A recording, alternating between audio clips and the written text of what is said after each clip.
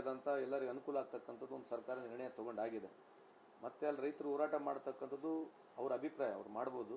But ಆದರೆ ಇದು ಎಷ್ಟು ಮಟ್ಟಿಗೆ ಸರಿ ಅಂತ ಅವರೇ ಅರ್ಥ ಮಾಡ್ಕೋಬೇಕಂತ ತಮ್ಮ ಮುಖಾಂತರ ಅವ್ರಿಗೆ ಮನವಿ ಮಾಡ್ಕೊಳ್ತೀನಿ. They have got every right. Price ಕೇಳ್ತಕ್ಕಂಥದ್ದಿದೆ. ಇಷ್ಟೆಲ್ಲ ಒತ್ತಡ ಆಗಿ ದೊಡ್ಡ ಪ್ರಮಾಣದ ಹೋರಾಟ ಆಗಿ ಸರ್ಕಾರ ಸಕ್ರಿಯವಾಗಿ ಅವರಿಗೆ ಸ್ಪಂದನೆ ಮಾಡಿ ಒಂದು ಅನುಕೂಲ ಆಗ್ತಕ್ಕಂಥದ್ದು ಒಂದು ಕೆಲಸ ಮಾಡಿದ ನಂತರ ಕೂಡ ಈ ರೀತಿ ಮಾಡ್ತಾ ಇದ್ದಾರೆ ಅಂತಂದ್ರೆ ಅವ್ರಿಗೆ ಬಿಟ್ಟಿರ್ತಕ್ಕಂಥದ್ದು. ಸೆಂಟ್ರಲ್ ಯಾವುದಕ್ಕೂ ಮಾತಾಡಲ್ರಿ ಇಂಥ ವಿಷಯದಲ್ಲಿ. ಎಲ್ಲಿ ಸೆಂಟ್ರಲ್ ಮಾತಾಡ್ತಾರೆ? ಸೆಂಟ್ರಲ್ ಎಲ್ಲಿ ಐತಿ ಹೇಳ್ರಿ? ಸೆಂಟ್ರಲ್ ಯಾವ ವಿಷಯದಲ್ಲಿ ಮಾತಾಡ್ತೈತಿ ಹೇಳ್ರಿ? ಏನಿದ್ರು ಸೆಂಟ್ರಲ್ ಮಾತಾಡಂಗಿಲ್ಲ, ಮೀಡಿಯಾನೇ ಮಾತಾಡ್ಬೇಕು. ಅವ್ರು ಇರ್ತಕ್ಕಂಥ ಯಾರೋ ಒಂದು 2 ಸ್ಪೋಕ್ಸ್ ಮ್ಯಾನ್ಗಳು ಬಂದು ಮಾತಾಡೋಗ್ತಾರೆ. ಇಲ್ಲಿವರೆಗೆ ನಾನು ಸುಮ್ಮನೆ ಆರೋಪ ಮಾಡ್ತೇನಂತಲ್ಲ, ಕೇಂದ್ರದ ಯಾವುದೇ ಒಬ್ಬ ಸಚಿವರುಗಳು ಬೇಕಾದ್ರೆ ನೀವು ಚೆಕ್ ಮಾಡಿ ನೋಡಿ, ಕೇಂದ್ರದ ಯಾವುದೇ ಸಚಿವರು ಅವ್ರ ವಿಷಯ ಬಗ್ಗೆ ಯಾವತ್ತನ ಒಂದು ಮಾತನಾಡಿರ್ತಕ್ಕಂಥ ನಿದರ್ಶನ ಇದೆಯಾ? 11 ವರ್ಷ ಆಗೈತೆ. ಯಾರ ಸಚಿವರು ಯಾರ ಖಾತೆ ಇದೆ ಅಂತ ಗೊತ್ತಿಲ್ಲ, ಯಾರ ಖಾತೆ ಬಗ್ಗೆ ಯಾರು ಮಾತನಾಡ್ತಾರೆ ಅಂತನೂ ಗೊತ್ತಿಲ್ಲ. ಇದು ಏನು ವಿಶೇಷತೆ ಇದೆ ಈ ದೇಶದಂತಂದ್ರೆ, ಯಾವ ಸಚಿವರು ಯಾರ ಬಗ್ಗೆ ಮಾತನಾಡ್ತಾರೆ, ಯಾವ ಖಾತೆ ಯಾರಿಗೆ ಅವರಿಗೆ ಗುರುತಿಲ್ಲ, ಅವ್ರು ಇರ್ತಕ್ಕಂಥ ಸಚಿವರು ಅವ್ರಿಗೆ ಗುರುತಿಲ್ಲ. ಅಲ್ಲಿ ಏನು ಸಾಯಂಕಾಲ ಏನು ಅಜೆಂಡಾ ಸೆಟ್ ಆಗ್ತದೆ ನಡೀತದೆ, that's okay. But I don't want to blame about it. But ಕೇಂದ್ರ ಸರ್ಕಾರದ್ದು ಕ್ಲಾರಿಟಿ ಈಗೂ ಇಲ್ಲ. ಆಮೇಲೆ ಮೇಸ್ ಖರೀದಿ ಮಾಡ್ಬೇಕು, ಇನ್ನಾದ್ರೂ ಕ್ಲಾರಿಟಿ ಕೊಟ್ಟಿಲ್ಲ ನಮಗೆ. ನಮ್ಮ ರಾಜ್ಯ ಸರ್ಕಾರ ಆಲ್ರೆಡಿ ಬರೆದು ಕಳಿಸಿದೀವಿ, ನಮ್ಮ ಜಿಲ್ಲೆನೂ ಬರೆದು ಕಳಿಸಿದೀವಿ. ಮೆಕ್ಕೆತೆನೆ ಬೆಳೆ ಯಾಕಂದ್ರೆ ಸುಮಾರು 50 ಲಕ್ಷಕ್ಕೆ ಹೆಚ್ಚು ಟನ್ ನಮ್ಮ ರಾಜ್ಯದಲ್ಲಿ ಇರ್ತಕ್ಕಂಥ ಮಾಹಿತಿ ಪ್ರಕಾರ ಅವರು ಒಂದು ಮಿನಿಮಮ್ ಪ್ರೈಸ್ ಫಿಕ್ಸ್ ಮಾಡಿ ಕೊಡಬೇಕು ಖರೀದಿಗೆ. ಈಗ ವಿಜೇಂದ್ರ ಆಗ್ಲಿ ಪ್ರಹ್ಲಾದ್ ಜೋಶಿ ಆಗ್ಲಿ ಸ್ಟೇಟ್ ಗೌರ್ಮೆಂಟ್ ಮೇಲೆ ಆರೋಪ ಮಾಡ್ತಿದ್ದಾರೆ. ಬಿಟ್ರೆ ಏನಂತ ಅಂದ್ರೆ ನೀವು ಹೆಚ್ಚಳ ಮಾಡ್ಬೇಕು ಅಂತ ನಿಮ್ಮ ಮೇಲೆ ಗುಬೆ ಕೂರಿಸ್ತಾವ್ರೆ. ನೀವು ಅದನ್ನ ಅಲ್ಲ, ನಮ್ದು ಇದ್ರ ಪಾತ್ರ ಇಲ್ಲ, ಸೆಂಟ್ರಲ್ ಗೌರ್ಮೆಂಟ್ ಈ ಪಾತ್ರ ಇದೆ ಅಂತ ರೈತರಿಗೂ ನೀವು ಅರ್ಥ ಮಾಡಿಸಿದ್ರೆ ನಿಮ್ ಸರ್ಕಾರನೂ ಸೋತಿದೆ. ಅಲ್ಲ, ರೈತರಿಗೆ ಮಾಹಿತಿ ಇಲ್ಲ ಅಂತಲ್ಲ, ರೈತರಿಗೆ ಬಹಳಷ್ಟು ಮಾಹಿತಿ ನಮ್ಕಿನ ಚೆನ್ನಾಗಿದೆ. ನೀವು ಹೋದ್ರೆ ರೈತರೇ ಅವರು PhD ಮಾಡಿದ್ದಾರೆ ಕೆಲವು ವಿಷಯದಲ್ಲಿ. ಯಾಕಂದ್ರೆ ಅವರೇ ನಮಗೆ ನಾಲೆಜ್ ಕೊಡ್ತಕ್ಕಂಥ ರೈತ ಮುಖಂಡರುಗಳಿದ್ದಾರೆ. ಸೊ ಅವ್ರಿಗೇನಾಗಿದೆ ಅಂತಂದ್ರೆ ತಪ್ಪು ಮಾಹಿತಿ ಕೊಡ್ತಕ್ಕಂಥದ್ದು ಪ್ರತಿ ಸಲನೂ ಮಾಡ್ತಾರೆ. But anyway it is ongoing game ಇದೆ. But rather they should not blame. ಯಾರು ಪ್ರಹ್ಲಾದ್ ಜೋಶಿ ಸಾಹೇಬರಾಗಿರ್ಲಿ, ವಿಜೇಂದ್ರ ಅವರು ಬ್ಲೇಮ್ ಮಾಡಿದಾಗ ಅರ್ಥನೇ ಇಲ್ಲ. ಯಾಕಂದ್ರೆ ಬ್ಲೇಮ್ ಮಾಡಿ ಏನ್ ಸಿಗುತ್ತೆ ಅವರಿಗೆ? ಕನ್ಫ್ಯೂಷನ್ ಕ್ರಿಯೇಟ್ ಮಾಡ್ತಾರೆ. ಪ್ರತಿ ಸರ್ಕು ಸರ್ಕಾರಕ್ಕೆ ಹೇಳ್ತಾ ಹೋಗ್ತಾರೆ. ಅಟ್ಲೀಸ್ಟ್ ನಾವಿದ್ದಾಗ 2-3 ಟೈಮ್ ರೈತರಿಗೆ ದುಡ್ಡು ಕೊಟ್ಟಿದ್ವಿ, ಕಬ್ಬು ಬೆಳೆಗಾರರಿಗೆ. ಅವ್ರಿದ್ದಾಗ ಯಾವತ್ತೂ ಕೊಟ್ಟೇ ಇಲ್ಲ. ಅವ್ರು ಕೇಂದ್ರದಲ್ಲಿದ್ರೆ ಇವತ್ತು ಒಂದುವರೆಗೂ ರೈತರ ಸಾಲ ಮನ್ನಾ ಮಾಡಿಲ್ಲ.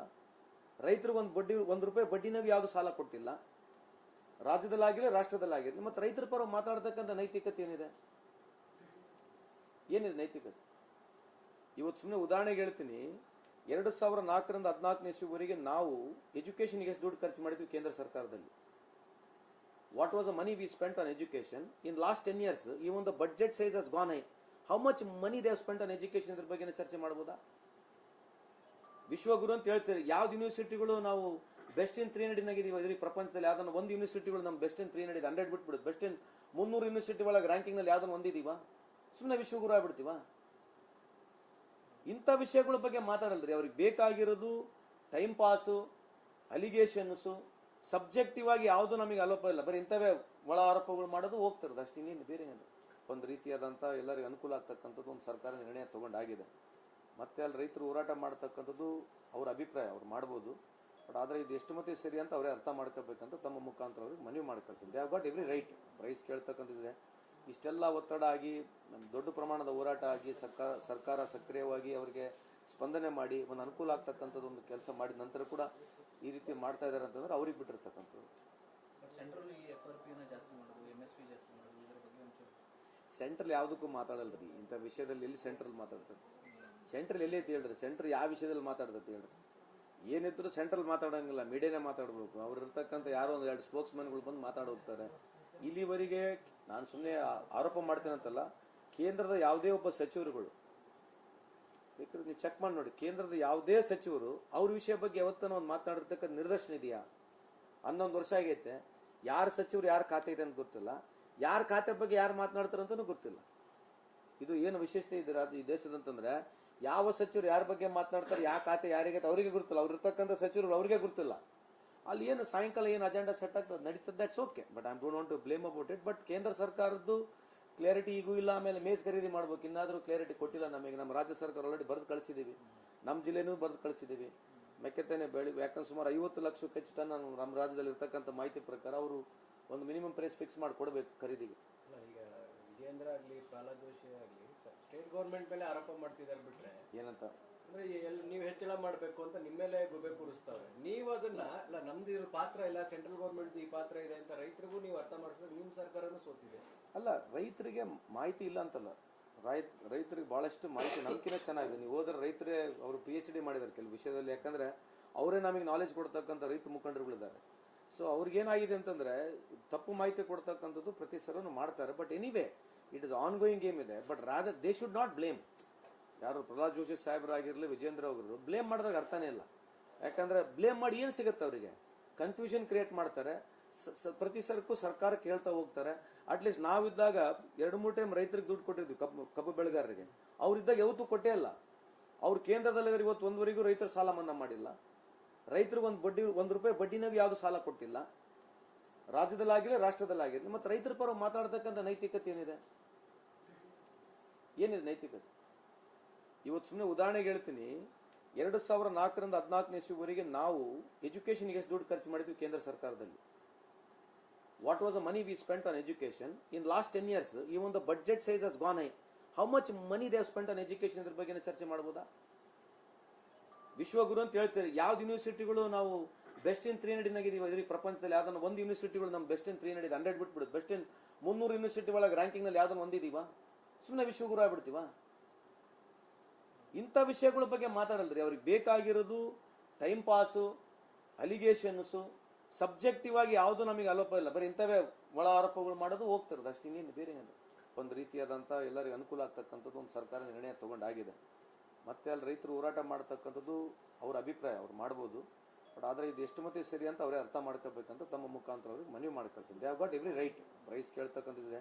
ಇಷ್ಟೆಲ್ಲ ಒತ್ತಡ ಆಗಿ, ದೊಡ್ಡ ಪ್ರಮಾಣದ ಹೋರಾಟ ಆಗಿ, ಸರ್ಕಾರ ಸಕ್ರಿಯವಾಗಿ ಅವರಿಗೆ ಸ್ಪಂದನೆ ಮಾಡಿ ಒಂದು ಅನುಕೂಲ ಆಗ್ತಕ್ಕಂಥದ್ದು ಒಂದು ಕೆಲಸ ಮಾಡಿದ ನಂತರ ಕೂಡ ಈ ರೀತಿ ಮಾಡ್ತಾ ಇದ್ದಾರೆ ಅಂತಂದ್ರೆ ಅವ್ರಿಗೆ ಬಿಟ್ಟಿರ್ತಕ್ಕಂಥದ್ದು. ಸೆಂಟ್ರಲ್ ಯಾವುದಕ್ಕೂ ಮಾತಾಡಲ್ರಿ ಇಂಥ ವಿಷಯದಲ್ಲಿ. ಎಲ್ಲಿ ಸೆಂಟ್ರಲ್ ಮಾತಾಡ್ತಾರೆ? ಸೆಂಟ್ರಲ್ ಎಲ್ಲೈತಿ ಹೇಳ್ರಿ? ಸೆಂಟ್ರಲ್ ಯಾವ ವಿಷಯದಲ್ಲಿ ಮಾತಾಡ್ತೈತಿ ಹೇಳ್ರಿ? ಏನಿದ್ರು ಸೆಂಟ್ರಲ್ ಮಾತಾಡಂಗಿಲ್ಲ, ಮೀಡಿಯಾನೇ ಮಾತಾಡ್ಬೇಕು. ಅವ್ರು ಇರ್ತಕ್ಕಂಥ ಯಾರೋ ಒಂದು 2 ಸ್ಪೋಕ್ಸ್ ಮ್ಯಾನ್ಗಳು ಬಂದು ಮಾತಾಡೋಗ್ತಾರೆ. ಇಲ್ಲಿವರೆಗೆ ನಾನು ಸುಮ್ಮನೆ ಆರೋಪ ಮಾಡ್ತೇನಂತಲ್ಲ, ಕೇಂದ್ರದ ಯಾವುದೇ ಒಬ್ಬ ಸಚಿವರುಗಳು ಬೇಕಾದ್ರೆ ನೀವು ಚೆಕ್ ಮಾಡಿ ನೋಡಿ, ಕೇಂದ್ರದ ಯಾವುದೇ ಸಚಿವರು ಅವ್ರ ವಿಷಯ ಬಗ್ಗೆ ಯಾವತ್ತನ ಒಂದು ಮಾತನಾಡಿರ್ತಕ್ಕಂಥ ನಿದರ್ಶನ ಇದೆಯಾ? 11 ವರ್ಷ ಆಗೈತೆ. ಯಾರ ಸಚಿವರು ಯಾರ ಖಾತೆ ಇದೆ ಅಂತ ಗೊತ್ತಿಲ್ಲ, ಯಾರ ಖಾತೆ ಬಗ್ಗೆ ಯಾರು ಮಾತನಾಡ್ತಾರಂತನೂ ಗೊತ್ತಿಲ್ಲ.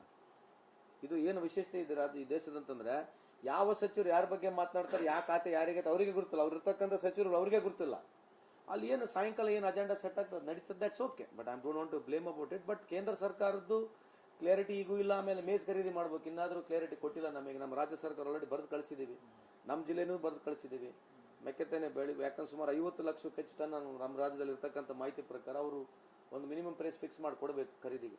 ಈಗ ವಿಜೇಂದ್ರ ಆಗ್ಲಿ, ಪ್ರಹ್ಲಾದ್ ಜೋಶಿ ಆಗ್ಲಿ, ಸ್ಟೇಟ್ ಗೌರ್ಮೆಂಟ್ ಮೇಲೆ ಆರೋಪ ಮಾಡ್ತಿದ್ದಾರೆ ಬಿಟ್ರೆ ಏನಂತ ಅಂದ್ರೆ ನೀವು ಹೆಚ್ಚಳ ಮಾಡ್ಬೇಕು ಅಂತ ನಿಮ್ಮ ಮೇಲೆ ಗುಬೆ ಕೂರಿಸ್ತಾವ್ರೆ. ನೀವು ಅದನ್ನ ಅಲ್ಲ ನಮ್ದು ಇದ್ರ ಪಾತ್ರ ಇಲ್ಲ, ಸೆಂಟ್ರಲ್ ಗೌರ್ಮೆಂಟ್ ಈ ಪಾತ್ರ ಇದೆ ಅಂತ ರೈತರಿಗೂ ನೀವು ಅರ್ಥ ಮಾಡಿಸಿದ್ರೆ ನಿಮ್ ಸರ್ಕಾರನೂ ಸೋತಿದೆ. ಅಲ್ಲ, ರೈತರಿಗೆ ಮಾಹಿತಿ ಇಲ್ಲ ಅಂತಲ್ಲ, ರೈತರಿಗೆ ಬಹಳಷ್ಟು ಮಾಹಿತಿ ನಮ್ಕಿನ ಚೆನ್ನಾಗಿದೆ. ನೀವು ಹೋದ್ರೆ ರೈತರೇ ಅವರು PhD ಮಾಡಿದ್ದಾರೆ ಕೆಲವು ವಿಷಯದಲ್ಲಿ, ಯಾಕಂದ್ರೆ ಅವರೇ ನಮಗೆ ನಾಲೆಜ್ ಕೊಡ್ತಕ್ಕಂಥ ರೈತ ಮುಖಂಡರುಗಳಿದ್ದಾರೆ. ಸೊ ಅವ್ರಿಗೇನಾಗಿದೆ ಅಂತಂದ್ರೆ ತಪ್ಪು ಮಾಹಿತಿ ಕೊಡ್ತಕ್ಕಂಥದ್ದು ಪ್ರತಿ ಸಲನೂ ಮಾಡ್ತಾರೆ. But anyway it is ongoing game ಇದೆ. But rather they should not blame. ಯಾರು ಪ್ರಹ್ಲಾದ್ ಜೋಶಿ ಸಾಹೇಬರಾಗಿರ್ಲಿ, ವಿಜೇಂದ್ರ ಅವರು ಬ್ಲೇಮ್ ಮಾಡಿದಾಗ ಅರ್ಥನೇ ಇಲ್ಲ. ಯಾಕಂದ್ರೆ ಬ್ಲೇಮ್ ಮಾಡಿ ಏನು ಸಿಗುತ್ತೆ ಅವರಿಗೆ? ಕನ್ಫ್ಯೂಷನ್ ಕ್ರಿಯೇಟ್ ಮಾಡ್ತಾರೆ. ಪ್ರತಿ ಸರ್ಕು ಸರ್ಕಾರಕ್ಕೆ ಹೇಳ್ತಾ ಹೋಗ್ತಾರೆ. ಅಟ್ಲೀಸ್ಟ್ ನಾವಿದ್ದಾಗ 2-3 ಟೈಮ್ ರೈತರಿಗೆ ದುಡ್ಡು ಕೊಟ್ಟಿದ್ವಿ, ಕಬ್ಬು ಬೆಳೆಗಾರರಿಗೆ. ಅವ್ರಿದ್ದಾಗ ಯಾವತ್ತೂ ಕೊಟ್ಟೇ ಇಲ್ಲ. ಅವ್ರು ಕೇಂದ್ರದಲ್ಲಿದ್ದಾರೆ, ಇವತ್ತು ಒಂದುವರೆಗೂ ರೈತರ ಸಾಲ ಮನ್ನಾ ಮಾಡಿಲ್ಲ.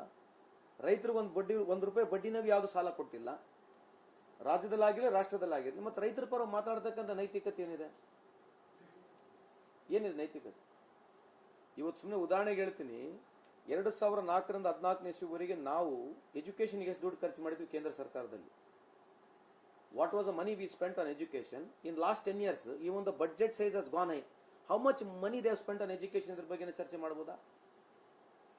ವಿಶ್ವಗುರು ಅಂತ ಹೇಳ್ತೀರಿ. ಯಾವ್ದು ಯೂನಿವರ್ಸಿಟಿಗಳು ನಾವು ಬೆಸ್ಟ್ ಇನ್ 300 ನಾಗಿದೀವಿ ಇದ್ರಿ ಪ್ರಪಂಚದಲ್ಲಿ? ಯಾವ್ದನ್ನ ಒಂದು ಯೂನಿವರ್ಸಿಟಿಗಳು ನಮ್ಮ ಬೆಸ್ಟ್ ಇನ್ 300 100 ಬಿಟ್ಬಿಡುದು, ಬೆಸ್ಟ್ ಇನ್ 300 ಯೂನಿವರ್ಸಿಟಿ ಒಳಗೆ ರ್ಯಾಂಕಿಂಗ್ ನಲ್ಲಿ ಯಾವ್ದನ್ನ ಒಂದಿದೀವಾ? ಸುಮ್ಮನೆ ವಿಶ್ವಗುರು ಆಗ್ಬಿಡ್ತೀವಾ? ಇಂಥ ವಿಷಯಗಳ ಬಗ್ಗೆ ಮಾತಾಡಲ್ರಿ. ಅವ್ರಿಗೆ ಬೇಕಾಗಿರೋದು ಟೈಮ್ ಪಾಸು, ಅಲಿಗೇಷನ್ಸು, ಸಬ್ಜೆಕ್ಟಿವ್ ಆಗಿ ಯಾವುದು ನಮಗೆ ಆರೋಪ ಇಲ್ಲ. ಬರೀ ಇಂಥವೇ ಒಳ ಆರೋಪಗಳು ಮಾಡೋದು, ಹೋಗ್ತಿರೋದು ಅಷ್ಟು. ಇನ್ನೇನು ಬೇರೆ ಏನು?